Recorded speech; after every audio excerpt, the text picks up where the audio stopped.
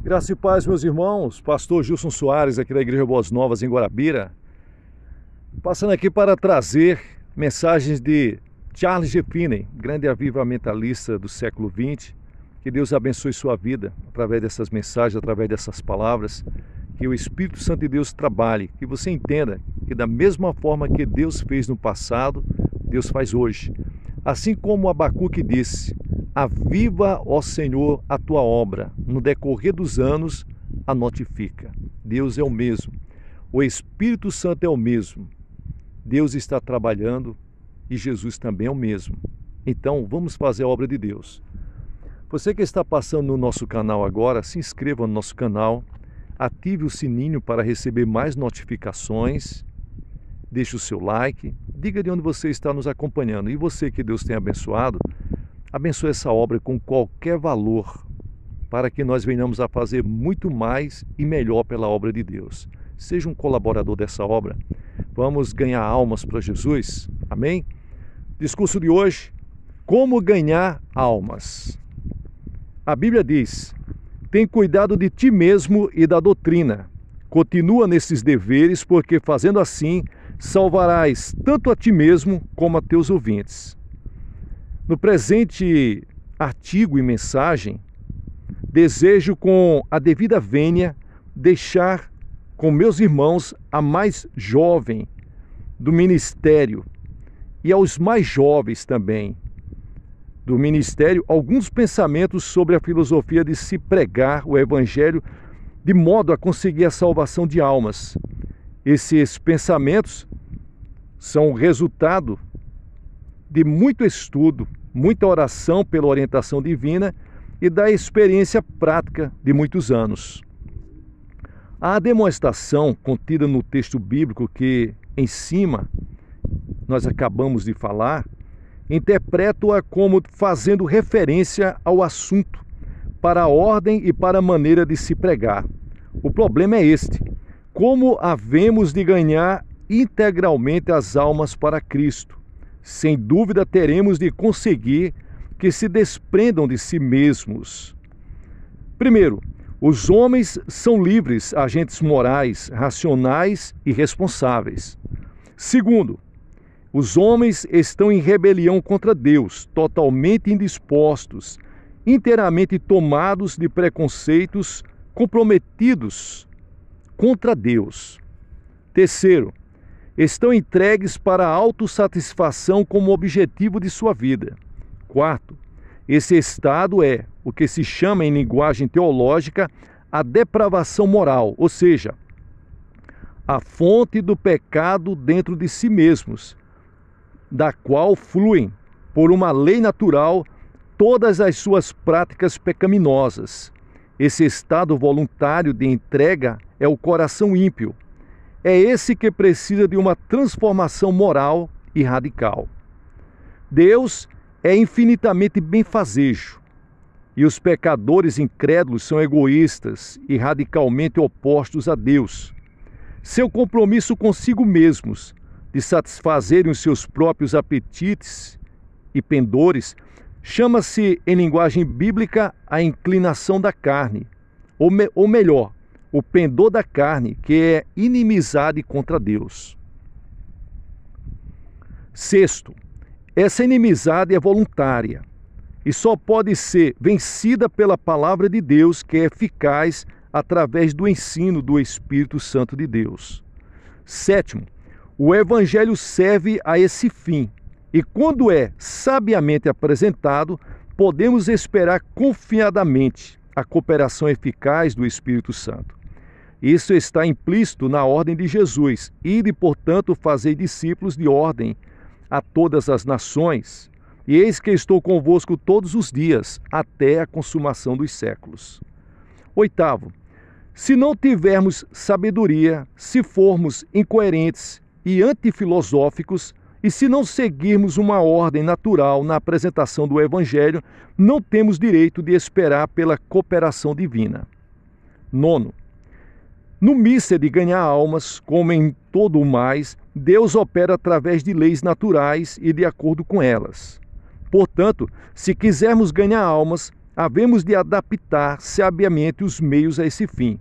As verdades que apresentamos e a ordem da sua apresentação hão de ser adaptadas para as leis naturais da mente, do pensamento e do funcionamento mental. Uma falsa filosofia mental poderá desviar-nos gradativamente e muito nos levar à distância daquilo que Deus quer, levando-nos muitas vezes a trabalhar ignoradamente contra a operação do Espírito Santo. 10. Os pecadores devem ser convencidos da sua inimizade. Não conhecem a Deus e, por conseguinte, ignoram muitas vezes a oposição do seu próprio coração contra ele. Pela lei vem o pleno conhecimento do pecado, porque é pela lei que o pecador adquire sua primeira ideia verdadeira de Deus. Pela lei, ele primeiro aprende que Deus é perfeitamente bom e oposto a todo o egoísmo. Essa lei, pois, deve ser exposta em toda a sua majestade contra o egoísmo e a inimizade do pecador. Essa lei leva consigo a convicção irresistível da sua justiça, da qual nenhum agente moral pode duvidar. 12. Todos os homens sabem que cometeram pecado, porém nem todos estão convictos, nem da culpabilidade, nem das más consequências que o pecado merece. Na sua maioria são descuidosos, não sentem o fardo do pecado, nem os horrores e terrores do remorso. Não têm senso de condenação, nem de estarem perdidos. 13. Sem convicção, porém, não podem entender nem apreciar a salvação do Evangelho. Ninguém pode, inteligentemente e de coração, pedir ou aceitar perdão enquanto não perceber como é real e justa a sua condenação eterna. 14. É absurdo, portanto, supor que um pecador indiferente, sem convicção de seu pecado, possa aceitar inteligentemente e reconhecidamente o perdão que o Evangelho oferece, enquanto não aceitar a justiça de Deus em condená-lo. A conversão a Cristo é uma transformação inteligente, por isso, a convicção do merecimento, da condenação, tem que perceber a aceitação da misericórdia, pois sem a convicção, o pecador não compreende sua necessidade de misericórdia. É natural que o oferecimento seja rechaçado. O Evangelho não é nenhuma boa nova para o pecador indiferente e sem convicção do pecado. 15. A espiritualidade da lei deve ser aplicada inexoravelmente para a consciência até que se adquire e até que se aniquile a presunção do pecador de ser justo, e ele se coloque mudo e contrito diante de um Deus santo. 16. Em alguns homens essa convicção já está madura, e o pregador pode logo apresentar a Cristo na esperança de que seja aceito. Em termos normais, tais casos são excepcionais. A grande massa dos pecadores é indiferente e não tem convicção do seu pecado. Se presumirmos que estão convictos e preparados para receber a Cristo, insistindo com os pecadores a que o aceitem imediatamente, estamos iniciando a obra pelo fim e tornando ininteligível o nosso ensino. E, semelhantemente, esse processo acabará demonstrando-se errado, sejam quais forem as aparências e profissões do momento. O pecador poderá, na verdade, alcançar esperança através de tais ensinos, mas, a não ser que o Espírito Santo supra tais ensinos, algo que o pregador deixou de oferecer, verificar-se-á a falsa esperança. É mister que sejam apresentados todos os elos essenciais da verdade. Depois que a lei tiver feito sua obra, aniquilando a presunção do pecador quanto para a sua justiça e deixando-o sem outro recurso, senão a aceitação da misericórdia, deve-se levar o pecador a compreender a situação delicada e o perigo de se dispor e de se dispersar a execução da plenitude quando foi transgredido o preceito da lei. 18. precisa a morte de Cristo em lugar da morte do pecador, e que isso deve ser recebido com base no testemunho do próprio Deus. 21. Esmagado até a contrição pelo poder convincente da lei, a revelação do amor de Deus manifestado na morte de Cristo há de gerar no pecador o sentimento de desgosto de si próprio e aquela tristeza segundo Deus, que a ninguém traz pesar. Diante dessa revelação, o pecador jamais se perdoa. Deus é santo e grandioso. Ele, um pecador salvo pela graça soberana. Isso poderá ser apresentado com maior ou menor precisão de acordo com as pessoas visadas, pré-estabelecidas, e sempre a lei há de preparar o caminho do Evangelho.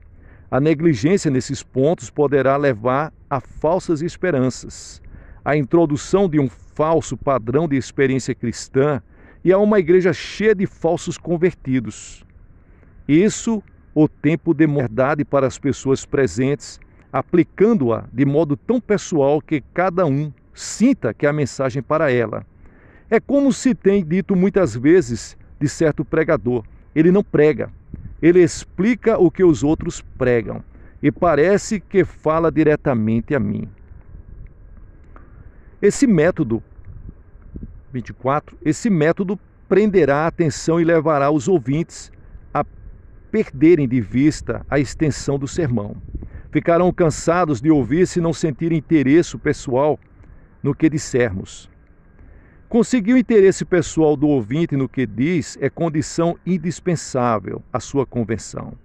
Uma vez despertado o interesse pessoal e mantida a atenção do ouvinte, dificilmente se deixará do tempo da congregação. Em quase todos os casos em que se reclama da demora do sermão, é porque não estão interessados pessoalmente no que estão ouvindo. 25. Se deixarmos de interessá-los pessoalmente, ou é porque não nos dirigimos pessoalmente ao ouvinte, ou porque nos falta unção e sinceridade, clareza e força, ou alguma outra coisa que devíamos possuir. O que é indispensável é fazermos com que sintam que tanto nós quanto Deus visamos e temos interesse neles. 26. Não devemos pensar que basta a piedade sincera para nos dar êxito em ganhar almas. Essa é apenas uma das condições do sucesso. Há de haver também bom senso. Há de haver sabedoria espiritual para adaptar os meios ao fim. Assunto, maneira, ordem, tempo e lugar. Todos precisam ser sabiamente ajustados ao fim de termos em vista a salvação dos pecadores. Almas por intermédio de homens que não são espirituais, quando possuem aquela sagacidade natural que os habilita a adaptar os meios a esse fim. Mas a Bíblia nos apoia ao afirmarmos que esses são casos excepcionais. Sem essa sagacidade e adaptação dos meios ao fim, o homem espiritual deixará de ganhar almas para Cristo. 28. Os incrédulos necessitam de instrução de acordo com a medida da sua inteligência. Umas poucas verdades simples, quando sabiamente aplicadas e iluminadas pelo Espírito Santo, converterão crianças a Cristo. Eu disse sabiamente aplicadas, pois os meninos também são pecadores e necessitam da aplicação da lei, qual pedagogo para conduzi-los a Cristo, a fim de serem justificados pela fé. Verificar-se-á mais cedo ou mais tarde que estão sem convicção e céticos de coração, precisam de muito mais extensa e completa aplicação da verdade. Os profissionais necessitam que a rede do Evangelho seja lançada toda em volta deles, sem haver nenhum buraco pela qual eles possam escapar. Quando assim tratados, têm tanto maior probabilidade de se converterem, quanto maior for o grau de sua verdadeira inteligência. Tenho verificado que uma série de conferências dirigidas a advogados e adaptadas a seus modos de pensar e raciocinar todas as classes. 31. É muito importante que sejam explicados os termos empregados. antes da minha conversão, não ouvia inteligivelmente explicados os termos. Arrependimento era descrito como sendo um sentimento. Fé era apresentada como um ato ou estado intelectual e não como um ato voluntário de confiança. Regeneração era uma mudança física da natureza produzida pelo poder direto do Espírito Santo, ao invés de mudança voluntária do propósito fundamental da alma, produzida pela iluminação espiritual do Espírito Santo. Até mesmo a conversão era apresentada como obra do Espírito Santo, de tal modo a ocultar a verdade de que é ato do próprio pecador sob a influência do Espírito Santo. 32. Devemos insistir em que o arrependimento importa na renúncia voluntária e efetiva de todo o pecado, que é mudança radical de atitude para com Deus. 33. A fé que salva é a confiança do coração em Cristo. Ela opera pelo amor, purifica o coração e vence o mundo. Não é fé salvadora aquela que não tiver esses atributos. 34. O pecador terá de exercer determinados atos mentais e precisa compreender quais são. O erro da filosofia mental apenas embaraça e poderá ser um engano fatal para a alma. Muitas vezes os pecadores são encaminhados em pista errada. Insiste-se com eles para que sintam, ao invés de exercitarem os atos requerentes da vontade e da mentalidade humana. Ele tem que entender também com a mente e tem que abraçar com a mente e se converter na mente também, para que quando sair dali, aquela emoção, quando passar, ele não se desvie dos caminhos sagrados. Antes da minha conversão, jamais recebi de alguém uma ideia inteligível dos atos mentais que Deus exige de mim. 35. A capacidade do pecado em enganar as almas torna-se excessivamente sujeitas para as ilusões. Por isso, compete a quem ensina o dever de rebuscar as moitas e de procurar em todos os cantos e fendas onde haja possibilidade de uma alma ter achado falso refúgio. Sejamos tão perseverantes e discriminadores que se torne impossível que o interessado venha a nutrir uma esperança falsa. 36. Não tenhamos receio de insistir. Não apliquemos por falsa piedade o esparadrapo onde houver necessidade da sonda.